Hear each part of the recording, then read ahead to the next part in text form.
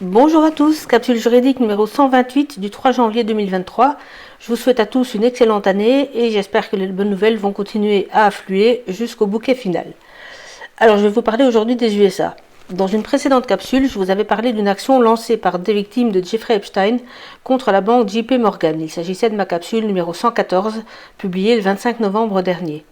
On apprend à présent que les îles Vierges, du moins leur partie américaine, introduisent également une action contre la même JP Morgan, également à propos des trafics d'Epstein. Vous savez sans doute que l'île de ce milliardaire sur laquelle se passaient des horreurs, Little St. James, se trouve précisément dans ces îles Vierges. Voici un extrait de l'article de CNN qui annonce cette information. Je cite. Le gouvernement des îles Vierges américaines a déposé mardi, donc c'était mardi dernier, il y a juste une semaine, une plainte contre JP Morgan, alléguant que la banque de Wall Street a bénéficié financièrement de l'opération de trafic sexuel de Jeffrey Epstein et a manqué à son devoir de signaler les activités financières suspectes. Pendant plus d'une décennie, JP Morgan savait clairement qu'elle ne se conformait pas aux réglementations fédérales concernant les comptes liés à Epstein, comme en témoignent ses efforts trop tardifs après l'arrestation d'Epstein pour trafic sexuel, indique la plainte déposée par la procureure générale des îles Vierges, une certaine Denise George. La traite des êtres humains était la principale activité des comptes d'Epstein qu'il maintenait chez JP Morgan, indique la plainte. La plainte prétend que JP Morgan Chase n'a pas déposé de documents réglementaires appropriés qui auraient pu avertir le gouvernement du prétendu réseau de trafic sexuel de filles mineures d'Epstein via des îles privées qu'il possédait dans les îles Vierges américaines. En particulier, le gouvernement fait valoir que JP Morgan aurait dû examiner de plus près Epstein en tant que client après que celui-ci ait plaidé coupable pour avoir sollicité la prostitution avec un mineur en Floride en 2008. Les procès, je lis toujours, le procès intervient un mois après que deux femmes anonymes qui accusent feu Jeffrey Epstein d'abus sexuels ont intenté des poursuites civiles contre JP Morgan et la Deutsche Bank, affirmant que les deux grandes banques ont permis et bénéficié financièrement de l'opération présumée du trafic sexuel d'Epstein. Les femmes accusent JP Morgan d'avoir, je cite l'article qui cite les accusations, fourni un traitement spécial à l'entreprise de trafic sexuel, assurant ainsi son fonctionnement continu et les abus sexuels et le trafic de jeunes femmes et de filles. Sans la participation de l'institution financière, le programme de trafic sexuel d'Epstein n'aurait pas pu exister, indique la plainte. Le nouveau procès intervient également moins d'un mois après que le procureur général, dont j'ai donné le nom, donc Madame George, a réglé le procès des îles Vierges américaines contre la succession d'Epstein pour plus de 105 millions de dollars, ainsi qu'un accord selon lequel la succession vendra les îles d'Epstein sur le territoire et y mettra fin aux opérations commerciales. Fin de citation. Alors entre nous, je serais très étonné que le gouvernement des îles Vierges n'ait pas su du vivant de ce criminel ce qui se passait sur cette île. Et un autre article évoque aussi cette connaissance des faits et du trafic et les raisons implicites qui justifient que cette plainte soit déposée. Je cite, « Dans une plainte de plus de 100 pages déposée mardi par la procureure générale Denise George dans le district de Manhattan, le territoire allègue que JP Morgan n'a pas signalé des activités suspectes d'Epstein et a fourni aux financiers des services réservés aux clients fortunés malgré sa condamnation en 2008. » La plainte indique que l'enquête du ministère de la Justice du territoire a révélé que JP Morgan avait sciemment, par négligence et illégalement, fourni et tiré les leviers par lesquels les recruteurs et les victimes étaient payés et étaient indispensables au fonctionnement et à la dissimulation de l'entreprise de trafic d'Epstein. En d'autres termes, si on en croit cet article-là, la banque était non seulement complice, on va dire, passive, mais également complice active. Le ministère de la Justice, dit l'article, a accusé la banque d'avoir ignoré les preuves pendant plus d'une décennie à cause de la propre empreinte financière d'Epstein et à cause des affaires et des clients qu'Epstein a apportés et a promis d'apporter à la banque. Fin de citation.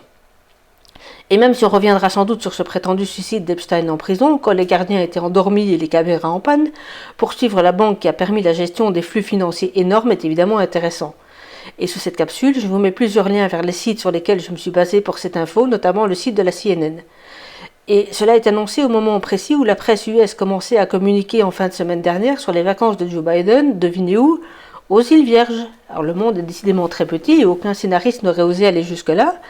Et comme décidément nous regardons un film, on a appris ensuite que la procureure qui avait lancé cette action, donc Madame George, avait été licenciée le 31 décembre. Donc feuilleton à suivre, ça devient complètement ubuesque, alors j'ignore évidemment dans quel sens tout ça va aller. J'ouvre l'œil car d'autres rebondissements vont à mon avis intervenir. Si le but est de nous montrer qui est corrompu aux îles Vierges américaines, c'est très réussi. Il suffira de voir qui a décidé de licencier cette procureure. Et peut-être qu'on découvrira, sait-on jamais, qu'il s'agit aussi d'un visiteur plus ou moins régulier de Little St. James, puisque le monde est si petit. Voilà, donc feuilleton à suivre. Aux USA toujours, dans le cadre de l'enquête sur l'insurrection du 6 janvier 2021, une assignation avait été lancée contre Donald Trump par le comité d'enquête. Mais on vient d'apprendre le 28 décembre, on apprenait que le président de ce comité a purement et simplement retiré cette assignation et en a informé l'avocat de Donald Trump. Le texte de ce courrier, tenant en 3 paragraphes, disait ceci, je cite: « En ma qualité de président du comité d'investigation de l'attaque du 6 janvier au Capitole, j'ai délivré une assignation à votre client, ancien président des USA, Donald Trump, en date du 21 octobre 2022. Comme vous pourriez le savoir, le comité a conclu ses auditions, rendu son rapport final et prendra bientôt fin. À la lumière de la fin proche de nos investigations, le comité ne poursuivra pas l'investigation visée par l'assignation contre Trump. En conséquence, par cette lettre, je retire formellement l'assignation délivrée à l'ancien président Trump et je vous notifie qu'il n'est plus obligé de comparaître ou de produire des enregistrements en réponse à la dite assignation. Nous apprécions votre engagement auprès du comité à ce sujet. » Fin de citation. La copie de cette lettre circule un peu partout, alors je l'ai mise aussi sur mon canal Telegram la semaine dernière si vous souhaitez y jeter un œil, mais je vous en ai traduit l'intégralité et rien de plus. Voilà donc pour les 2 nouvelles qui vont ouvrir le bal des capsules juridiques cette année. Pour terminer, je reviens aussi sur la campagne de financement participatif de Crowdbunker.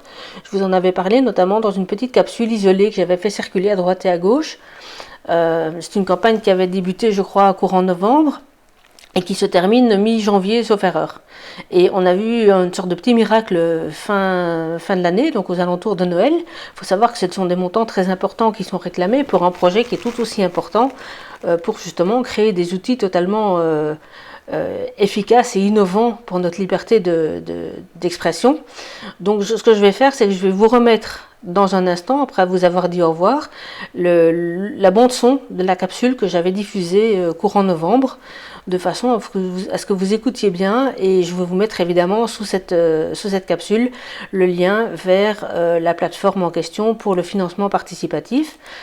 Voilà, je vais vous le faire en direct. Au moment où je vous parle, on est à 91,93% de cet objectif, c'est-à-dire qu'il reste moins de 30 000 euros à réunir sur les 300 000 qui étaient demandés. Alors c'est fabuleux, et quand vous verrez sur le lien que je vais vous donner l'ensemble des projets qu'ils veulent mettre en place, c'est vraiment un outil extraordinaire qui va arriver si on parvient à terminer ça. Donc moins de 30 000 euros, si vous êtes 15 000 à donner 2 euros chacun, ben c'est bon. Voilà, 2 euros. Faites tourner s'il vous plaît, faites tourner partout, il faut vraiment qu'on y arrive. Ce jeune homme là, Mathieu, qui crée cette plateforme, a des idées extraordinaires. Là il est en train de réunir une petite équipe excellente. Donc voilà, dernier petit mot là à ce sujet-là. Je vous laisse la capsule que j'avais enregistrée à ce niveau-là. Faites tourner s'il vous plaît. Et puis je vous souhaite une très très belle semaine et je vous dis à très bientôt. Au revoir, tenez bon et à tout de suite avec la capsule indiquée. Bonjour à tous. Je vous propose une petite lecture très rapide. Je cite: « La libre communication des pensées et des opinions est un des droits les plus précieux de l'homme. Tout citoyen peut donc parler, écrire, imprimer librement, sauf à répondre de l'abus de cette liberté dans des cas déterminés par la loi. » Article 11 de la Déclaration des droits de l'homme et du citoyen, c'est un texte français. Une disposition quasiment identique est contenue dans l'article 10 de la Convention européenne des droits de l'homme. Et nous avons également l'article 19 de la Déclaration universelle des droits de l'homme, que je vous cite à nouveau. Tout individu a droit à la liberté d'opinion et d'expression, ce qui implique le droit de ne pas être inquiété pour ses opinions et celui de chercher, de recevoir et de répandre sans considération de frontières les informations et les idées par quelque moyen d'expression que ce soit. C'est donc la Déclaration universelle des droits de l'homme qui a été votée au sein des Nations Unies. Alors ma question est la suivante. Avez-vous l'impression que cette liberté, pour l'instant, est respectée? Je ne vous parle pas des pays qui sont considérés comme des dictatures depuis des décennies, je vous parle de la France et de l'Europe. Si oui, continuez à dormir. Sinon, faites quelque chose, parce que le jour où ce sera trop tard, ce sera trop tard. À très bientôt, au revoir.